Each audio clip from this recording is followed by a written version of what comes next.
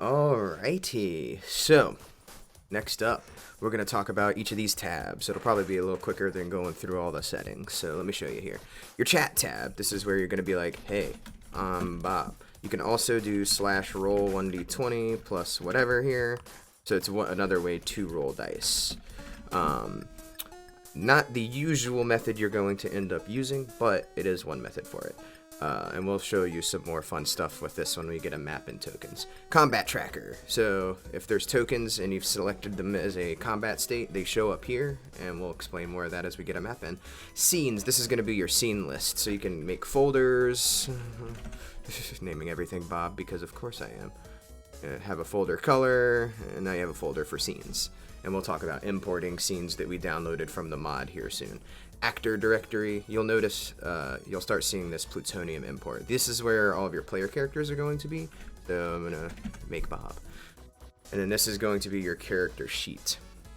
Now there is a module that lets you link D&D Beyond character sheets and import them in with incredible ease. That's what we did for David for our campaign. He had his D&D Beyond character share link, sent it, and it just put it all in, all of the stats, all of the skills, all of the inventory. It even gives them cool little icons and stuff. It was pretty impressive, honestly. And we'll talk about importing stuff here soon. One thing I do want to go over while we're here, we're going to do a plutonium import. So this is let me get rid of that. Yeah, this is one of the mods that I was using, and I will, flat out say this is technically piracy, and I think it comes up with a message every time you load up plutonium. This is a unofficial, you can't find the mod, normally you have to go to 5e.tools to find it, but I usually go by the merit of, if I own it on D&D Beyond, or if I have the physical book, then I'll use what's in there. So you can select here, you'll see a whole bunch of different importers, creatures and stuff. That's the one I mostly use. So you'll be like, let's get something from the monster manual. Open importer, and then it'll pop open this, and you have all these sorting things. You can filter by creature type if you want. The filter's really, really nice.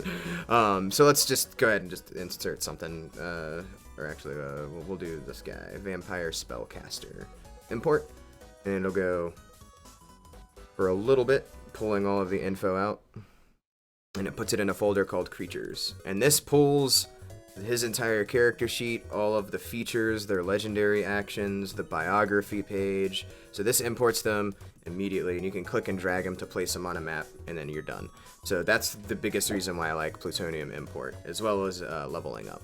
Items, typically I don't use this too much. This is items that you can have prepared for if you have a certain treasure box, like treasure A.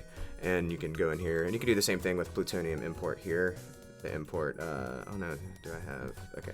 On all of these little mugs, those are homebrew things that are supported by the 5e tools importer. So if you're looking for wacky homebrew stuff, then go for it. Anything with the official D&D symbol, which is, right there, then that's official, stuff that's been released. So let's go ahead and, put in a +2 Wand of the War Mage in here, sure. Put that in there. And now you have that, and you can click and drag it onto someone's character sheet to give it to them. Let me show you an example of that, just so you know. Give Bob a +2 Wand of the War Mage. Normal drag and drop. And now you got +2 Wand of the War Mage. Next up we have journal entries. This is another thing that I have been using a little more. This is helpful for handouts if you want to create lost note or whatever, then you can give it here. You can insert images and show to the players. But right now, yeah, it's just the lost note, and it's got nothing on it. Over here, tables. So this is if you have we'll import Atasha's table because those are fun. Psychic resonance. We'll import this.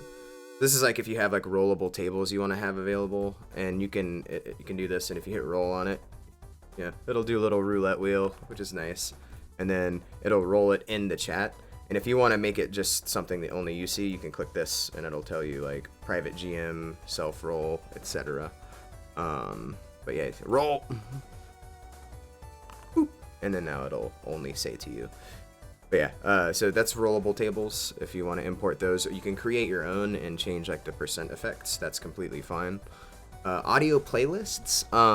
So you can import audio into Foundry. I would caution against it, mostly because when you upload it to either your server or if it's on your local machine and you're playing it in a scene, you're sending that file out to every single one of your players. So unless you have a really decent internet connection, and if you're running it locally, I don't really recommend it. There is a module called Bellows, which is basically a YouTube extension that allows you to just slap in a YouTube playlist, and then it will use YouTube's network instead of using your own network resources. So I recommend that a lot. Compendium packs. So these are real fun. So these are folders of stuff that you can drag and drop to add things to it. It comes with some standard reference document stuff that you can do. Some of it will have graphics, some of it will not. Those are the free things. You'll notice down here it'll have different categories like items, journal entries, playlist, and scenes.